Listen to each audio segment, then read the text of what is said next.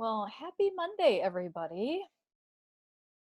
Thank you to those who have joined today's wellness break.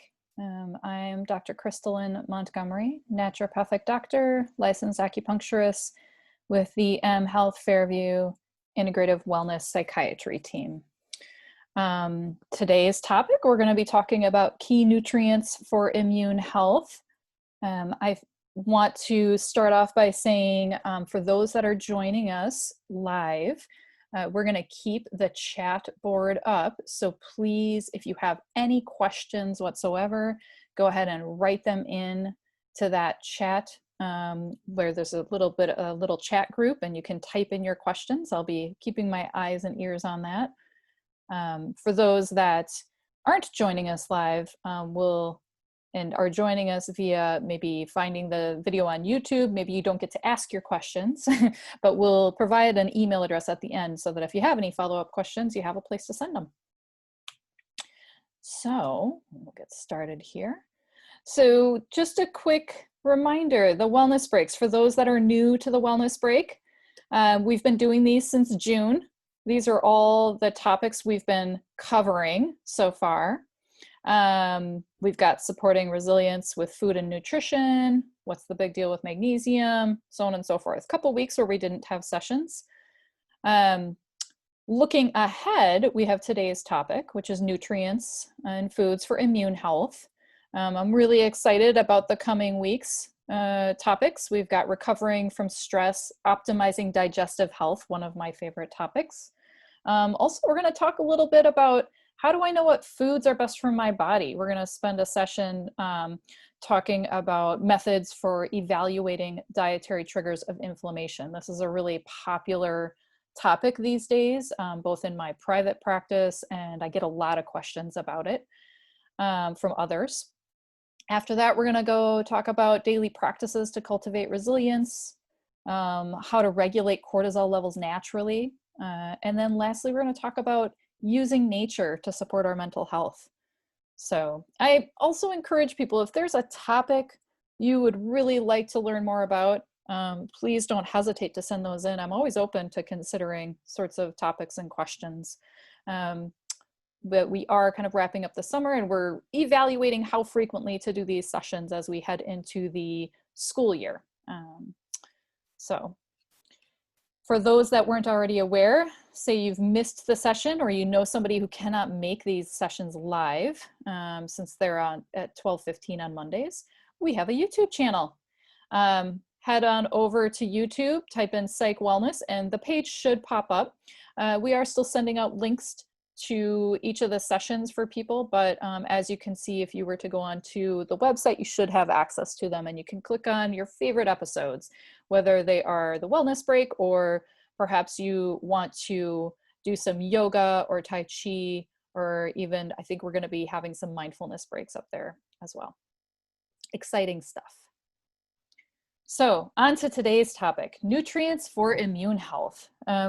Partly, it's summertime, so a lot of times people don't really like to think about immune health, but, we have some very interesting circumstances in the year 2020 when we have a pandemic that we are dealing with the COVID-19 or SARS-CoV-2 virus that causes COVID-19. But most importantly, I like talking about immune health during the summer because we typically think about our immune health when we get to the fall and winter, right? Because we all head indoors and we're all crammed into smaller spaces.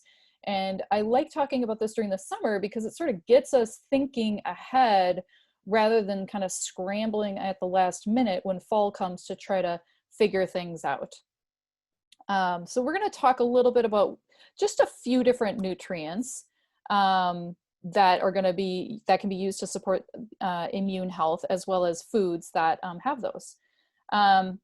Before I move on, I know I've said this in all the other sessions, nothing has changed. There are no financial relationships to disclose. If I mention any products or any labs, which I actually don't think will happen today, but it's for educational purposes only. I don't earn anything from that. The information we're talking about, of course, is educational. You know, while I might be a doctor, I'm not your doctor. So always this information is designed to give you, you know, help you feel informed so that you can carry that into your appointments and have a discussion with your healthcare provider in terms of things that might be used to support your health. So when we're talking nutrients, I get a lot of questions about what supplements should I take? What are the best supplements to take for my immune health? And before we jump into that, I just want to make sure that we don't forget the importance of the basics for immune support. And I put this on there to say, you know, nutrients are important. Some people might even find supplementation helpful for them, but most importantly, we have to make sure that we got the foundational pieces in place. So someone can take all the supplements in the world, but if they're not getting good sleep, restful sleep each night, their immune system is gonna struggle to fight infections and maintain resilience. Are we staying hydrated? And drinking enough water. I mean, water is pretty crucial for all of our mucosa and our mucosal health and our secretions, and secretions like tears and nasal discharge. Those are all ways for our body to eliminate anything it comes into contact with that it doesn't like.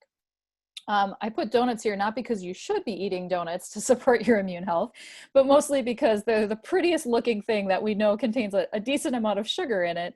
And the reason being is, you know, sugar is one of those things. It tastes real good, and we often like eating it, especially when we're under stress. But it's not the best for our immune system. It does tend to sort of suppress immune function. Some people say it will kind of put it to sleep. But I like to say it suppresses it, but it also can increase inflammation. And that the immune system is always a balancing act between activation, inflammation, and suppression. So sugar tends to suppress immune function, but it also increases inflammation, which is not helpful.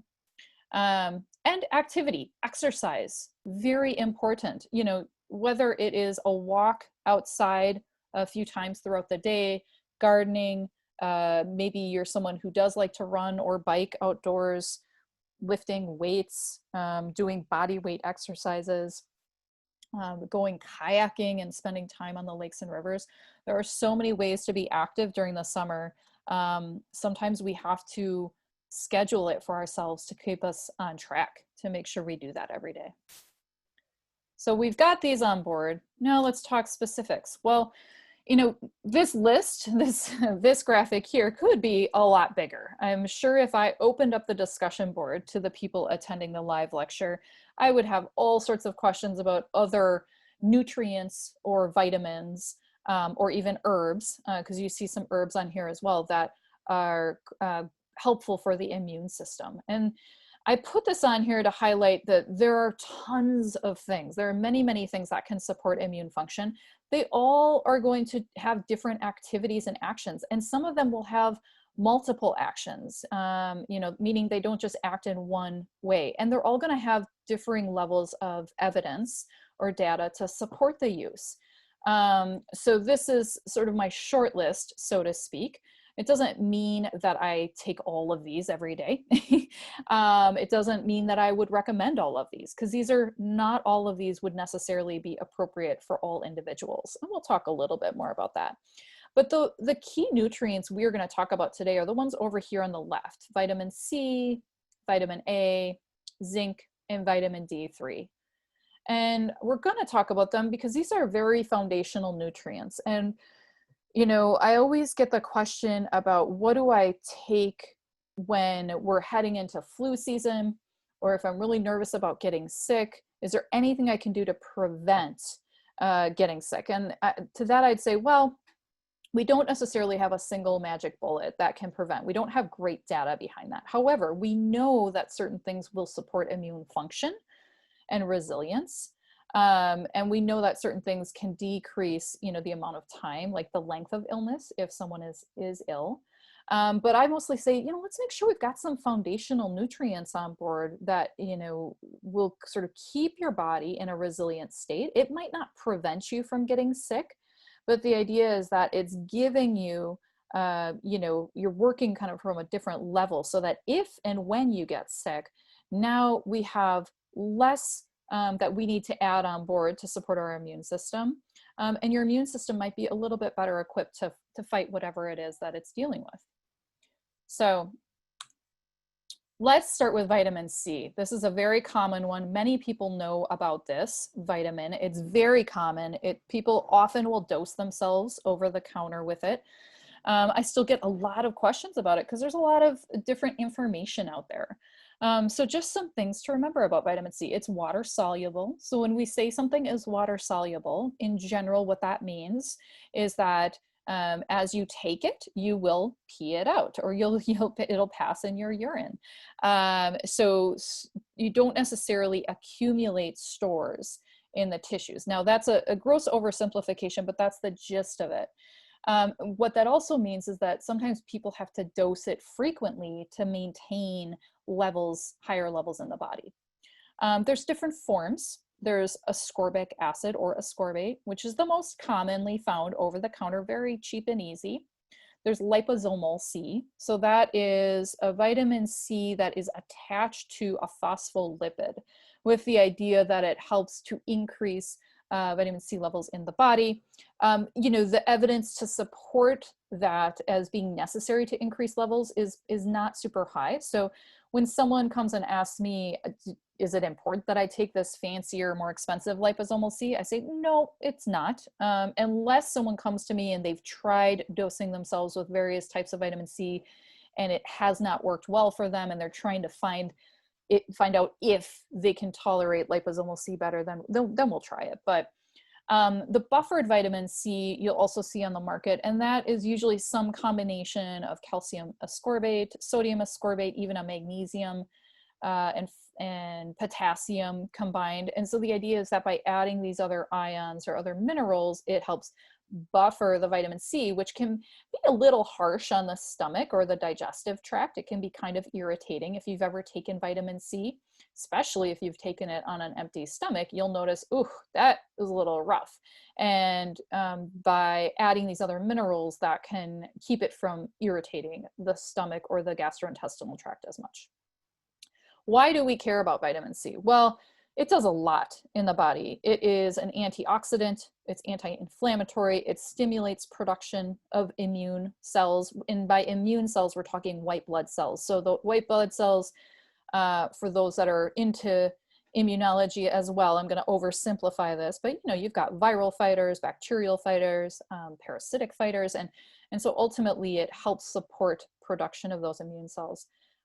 People sometimes are surprised to know vitamin C is an important cofactor for many different enzymes in the body. And those enzymes are responsible for balancing neurotransmitters and serotonin, for example, as well as other inflammatory enzyme pathways. And also in terms of decreasing or eliminating histamine, for example, it's a very important cofactor for that. It also will support the absorption of other minerals, most importantly, iron. So for anyone who's ever dealt with iron deficiency, it's not uncommon to receive a prescription or a recommendation to take iron with vitamin C, because vitamin C will help with the absorption of iron and increase iron levels. So here's what it does. There are the forms. You know, what does that mean to take vitamin C? Well, you know, most people will come in having kind of experimented with it on their own. It's fairly safe to experiment with, mostly because you'll know if it's too much. If it's too much, if you see over here by the side effects, you're going to experience loose stools. That's the most common side effect. And people will know pretty quickly. Sometimes you'll get an upset stomach. It'll just feel kind of irritated or nauseated, and maybe you're not having diarrhea yet, but you're having that experience. So I always explain to people, if you're going to take it, best to take it with food. You know, the doses range quite a bit. You know, on the low end of dosing range would be 250 milligrams. And some people can tolerate up to 1,000 or 1,500 milligrams. And this is where I say, you know, if someone's just taking it for prevention, you know, most people take whatever's in a multivitamin, which is about 250 milligrams. Some people will take maybe the amount that's in like an emergency packet, for example, the powdered packet, which is 1,000 milligrams once a day. You know, that's a pretty average daily dose. The people who need to think about vitamin C dosing or talk to their healthcare provider about whether taking higher doses is okay for them are the people with a history of kidney stones. You know, just because you have kidney stones doesn't mean you absolutely cannot dose yourself with vitamin C. It just means that you need to be mindful about how you do it. And it's best to work with someone who has experience and understands how that works, because it can aggravate or increase oxalate formation. And if you're a kidney stone former, that's going to be a problem. But generally, that's not going to happen after a single day of dosing vitamin C higher. What tends to happen with vitamin C is when you get sick, you know, the evidence so far, it doesn't, you know, you can take vitamin C for prevention purposes, but there's not actually a lot of data that supports it being good at prevention. Then again, it's also difficult to do studies on prevention, so there is that. But once people get sick, there is some evidence that shows by taking vitamin C, it can shorten the duration of like a cold, a common cold. You know, in terms of how much people can dose it, you know, when people get sick, their needs for vitamin C do tend to go up. So people find that they can tolerate more vitamin C when they're sick. And then obviously once you're not sick anymore, you're feeling better, then you decrease your dose again. So, you know, 1,000 milligrams 3 times a day tends to be more if someone's feeling sick, they might find themselves able to tolerate that much. And certainly you might talk to some providers and some clinics that might recommend much more than that. I don't, just because I don't think vitamin C is the end all be all, and I usually work with people and everybody's very individualized. You know, there are some people, before I move on to our next nutrient, there are some people that ask, well, what about children? Can children take vitamin C safely? They can. Generally, they can take up to 250, maybe 500 milligrams a day safely, again, depending on the age. The younger they are, the lower the dose. But that's something I definitely say, talk with your pediatrician about that to make sure they're on the appropriate dose and they're not taking too much. You just got to be mindful of that with the little ones. So there's our vitamin C. And we'll talk, after we review these key nutrients, we'll talk about where to find these in terms of foods. Vitamin D3, I think most people are pretty aware of vitamin D3. We live in Minnesota. We're in an upper latitude. So we all sort of appreciate the importance of having adequate vitamin D3 levels in our bodies. It is fat soluble. And what that means is that it gets, if we can take, we can dose it. We have some flexibility with dosing is what that means. So one, we do want to make sure that we're absorbing fats. So this is where digestive function does come into play with fat soluble vitamins. So assuming our digestion is okay and we're absorbing fats, we can dose vitamin D3 every day. We can also, you might have received a prescription from your provider who says dose it once a week to get levels up. And you can do that because it's fat soluble. There are 2 different forms of vitamin D3, well, vitamin D, I should say. There's vitamin D2, which is ergocalciferol. That's based, you know, those are usually vegetable sourced. And then there's cholecalciferol, which is vitamin D3. And those are usually sourced from some type of animal. And so what you'll find is most people supplement with D3, mostly because, as you'll see later, not everybody's getting ample amounts of foods that are high in D3 in their regular consumption. You know, what it does is it supports a lot of different things. It will help decrease inflammation as well. It will support immune function. It will support respiratory function. And for those with autoimmune conditions, it can act as an immunomodulator. You know, there have been a lot of studies done on D3. It also supports bone density that we all know of.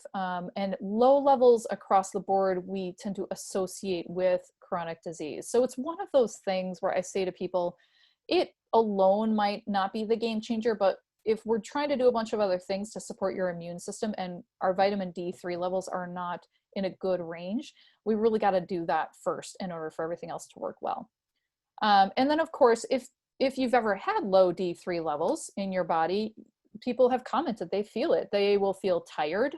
Sometimes they'll feel depressed.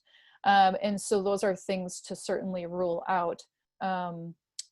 Ruling out vitamin D3 deficiency is certainly a good thing to do. So what are good levels? Well, I usually tell people between 50 and 80 is good. If you look on the blood tests, generally when you get to the blood test on the range will go all the way down to 30. And so they'll say, oh, anything above 30 is fine. And it's true. Anything above 30 is okay. I think clinically speaking, I see better people do better between 50 and 80. Anything too high, meaning when you start getting above 100, then you're going to be concerned about toxicity or side effects, which can include gastrointestinal symptoms, bone pain, muscle pain. So those are things that it's pretty hard to get elevated levels, but if you're dosing it, if you're giving yourself a really high dose of vitamin D3 consistently every day for an extended period of time, like months to years, you can definitely build up a toxic level, and you don't want that either. So we aim for that. Most people can take between 1 and 2,000 IUs a day. They've changed it more recently to micrograms, but I know a lot of products still have IUs as the dosage. And you can take that daily, and that will not necessarily move levels up, but it can certainly keep them from falling.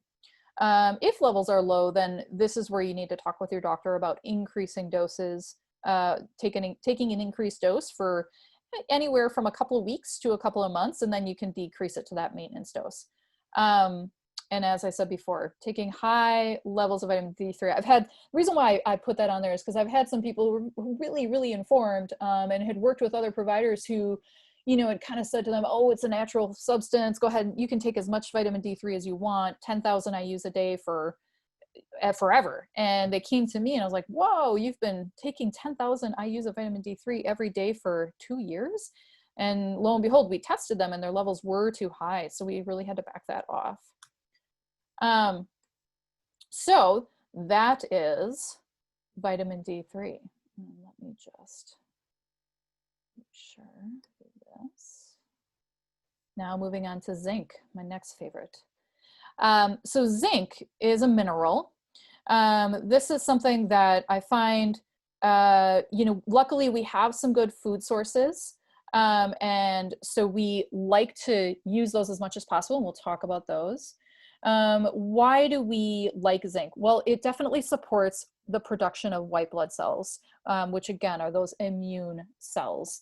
And without enough zinc, I've seen people come in with low white blood cell counts that otherwise can't be explained. So once we can get them taking or eating foods that are high in zinc and absorbing it, that's the other really important factor, is that zinc is one of those things, because it's a mineral, it does require a decent amount of, you need to have good digestive function to absorb this properly. So if someone comes to me and they've been on, say, like an acid blocker or a proton pump inhibitor for a really long period of time, like years, and they really haven't had any breaks, I do start to become concerned about their nutrient levels for different nutrients. Zinc is one of them. It's not the only one, also calcium and other nutrients. But so that's something to discuss with your provider if that's something that you are dealing with. But for short-term use, some people, there's some evidence to support, zinc acts on a few different levels in the immune system.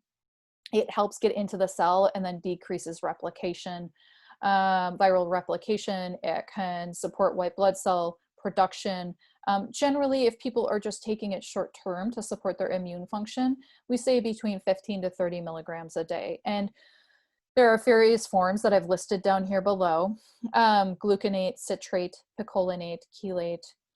This is one of those minerals that you are gonna wanna take it right in the middle of your meal, because if you don't, your stomach is not going to like you and you're gonna feel pretty ill and nauseated. And if you've done that before and you haven't felt ill, then you have a stomach that is a rock, and that's amazing.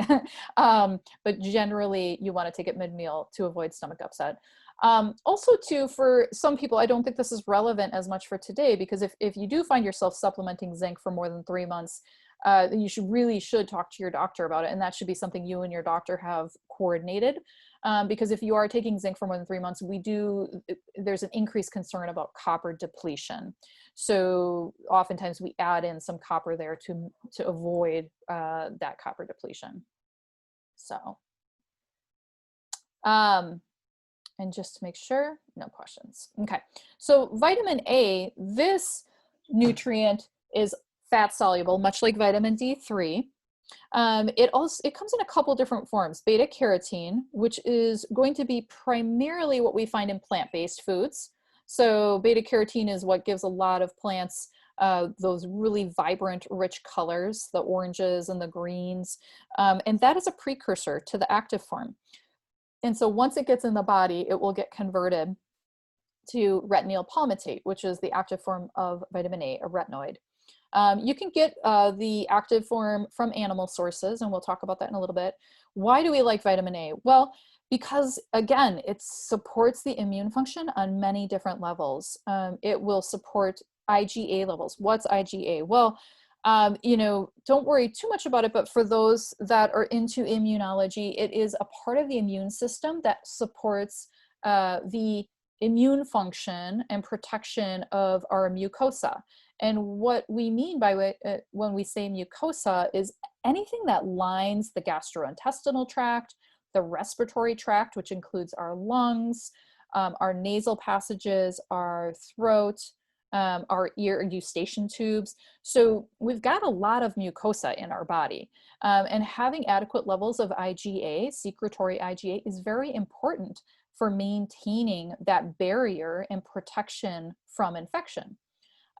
It's also needed for, when I say integrity, you know, that mucosa is a bunch of cells lined together and packed really tightly together, and we want to keep them connected.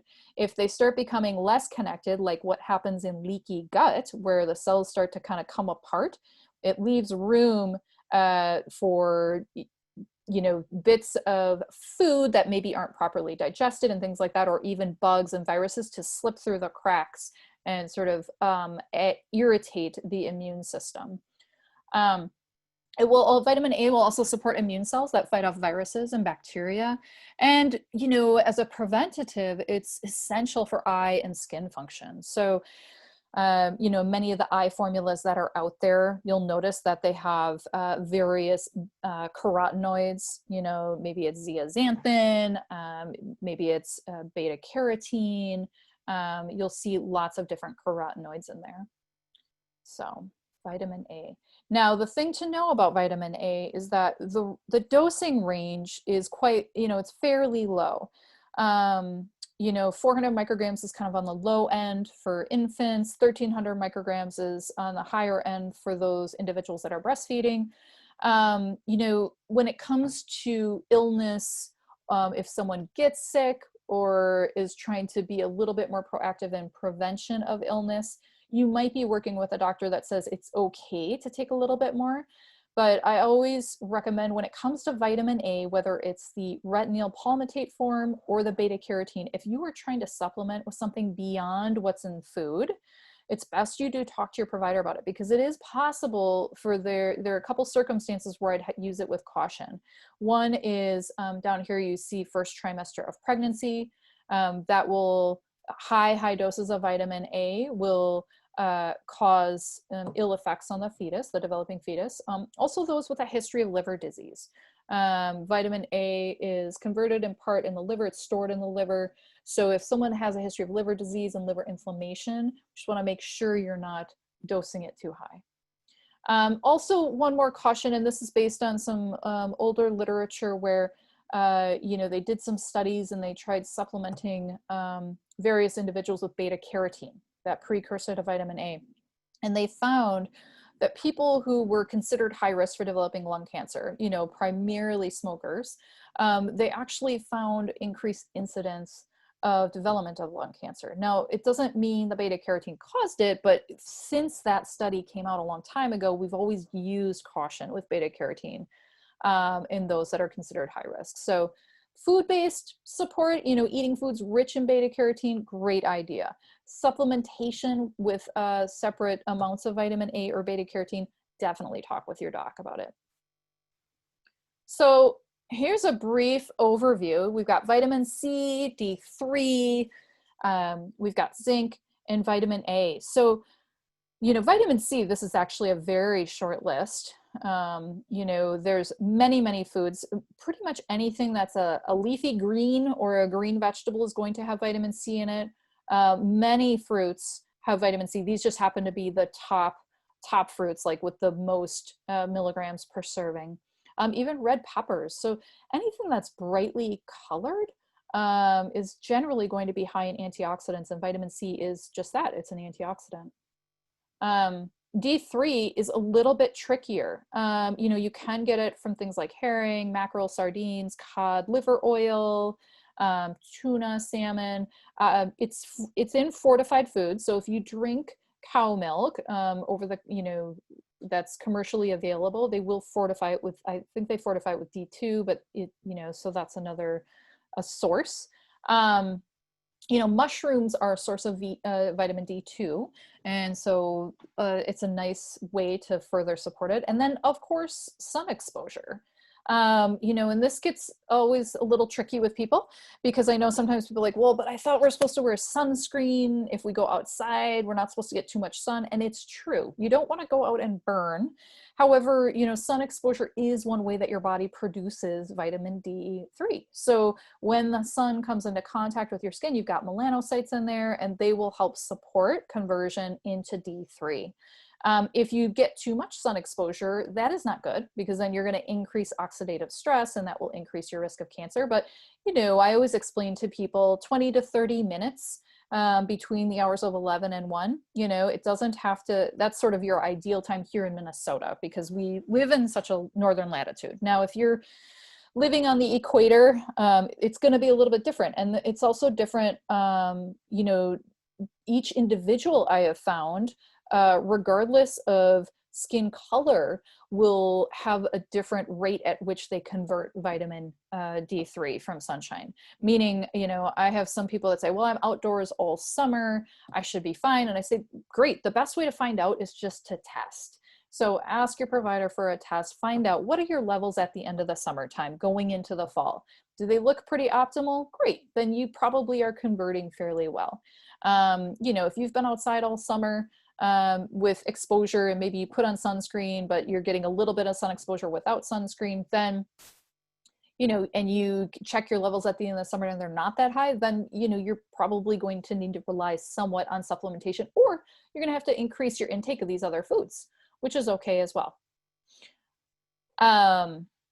What else? Zinc. Zinc is one of those foods that, again, we have a lot of options, meaning we've got everything from animal sources to plant-based sources, which is really great. As you can see, oysters are sort of the chief source. So if you've never had oysters before and you're really looking for a reason to try them, getting your zinc on is one good reason to do that.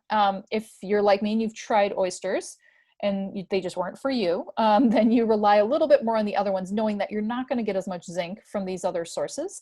However, they're going to give you something. So that's just something to know. Ginger root, pumpkin seeds, rolled oats. It's really a nice broad list. Vitamin A and beta carotene, again, this one is if you want the actual vitamin A, the retinol palmitate form, the main source is going to be liver. And actually the research out there will say fish liver. You know, egg yolks would be another one. Human breast milk, which I don't expect many adults to be drinking, but for babies, that would be one. Cheese and butter. Butter is actually a good source of vitamin A, which is great because it tastes amazing. On a plant-based side, you've got mangoes, papaya, sweet potatoes, squashes, and carrots. You've got lots of options. You know, one thing to know, because when they do research on different things, and vitamin D3 levels was one of them, you know, they were talking about how, you know, some communities across the northern latitudes actually do not suffer from vitamin D3 deficiency. And the ones that don't, and traditionally have better vitamin D3 levels, tend to be the ones that have diets that are very high in like herring and salmon and cod liver oil. So I thought that was kind of interesting. So living in the northern latitudes should not doom us to low D3 levels, but you do kind of have to work hard at it either way. So where where else can we find, what other foods are good? I mean, we've seen the sources of vitamin D3 and vitamin A and zinc, as well as vitamin C. You know, are there any other foods that weren't maybe on those lists that would be good to include? And I always appreciate this comic. I can't remember who posted it initially, but people love the idea of like, wouldn't it be great if we could just sort of say, here's the food you need to eat, you know, instead of a pill, let's find some foods. And I like that. I mean, of course, it's always a combination. Anyone who knows me knows that, you know, it's usually a combo of conventional and natural and medicines, and I like considering food as much as possible.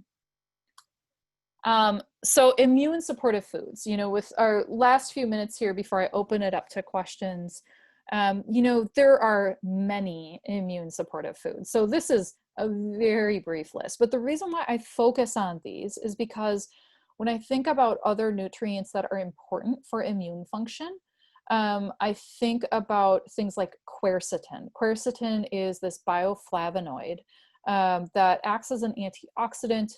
It helps the body clear histamine or excess histamine from the system. So if you've ever had excess histamine, or if you've ever had seasonal allergies, I should say, you know what excess histamine feels like in your system.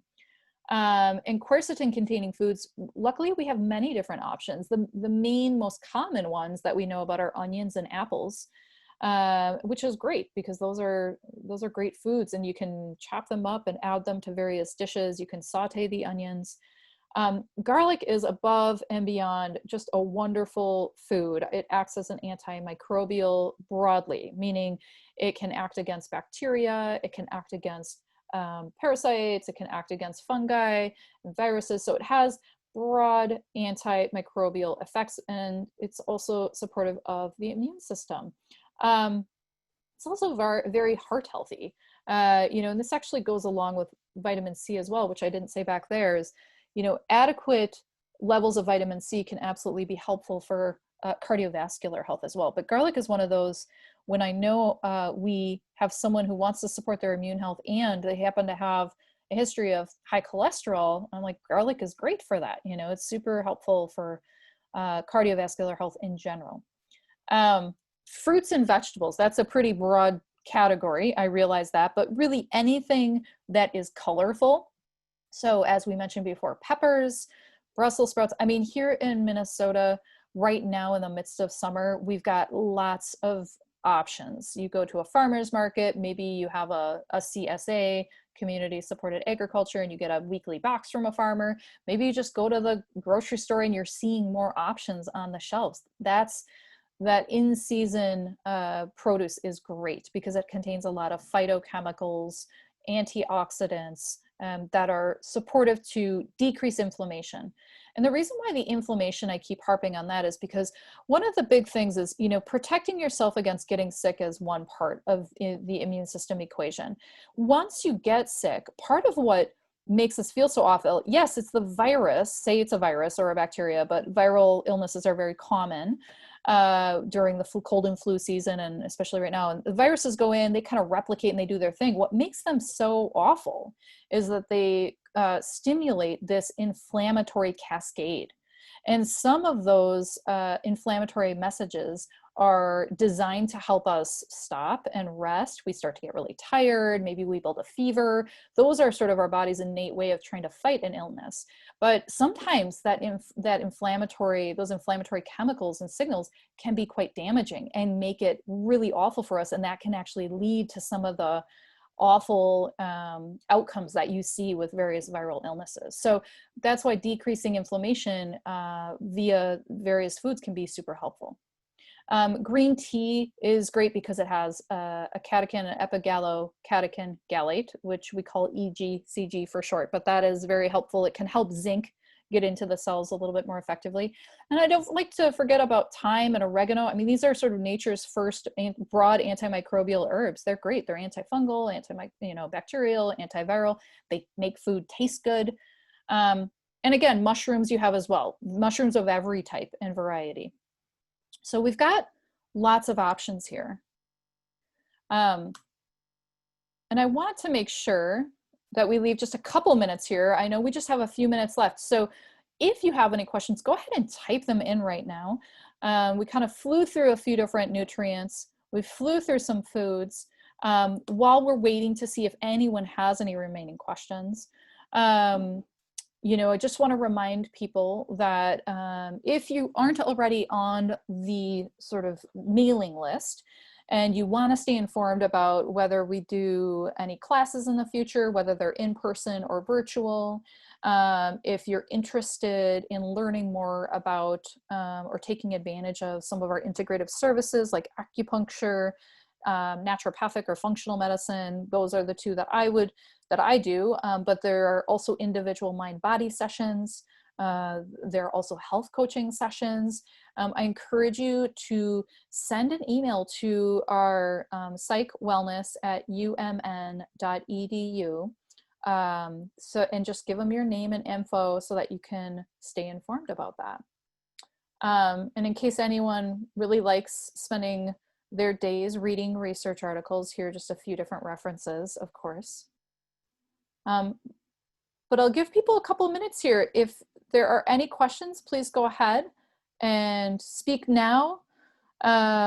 If you think of a question after the fact, please don't hesitate to send it to the email listed below. Happy to answer things after the fact.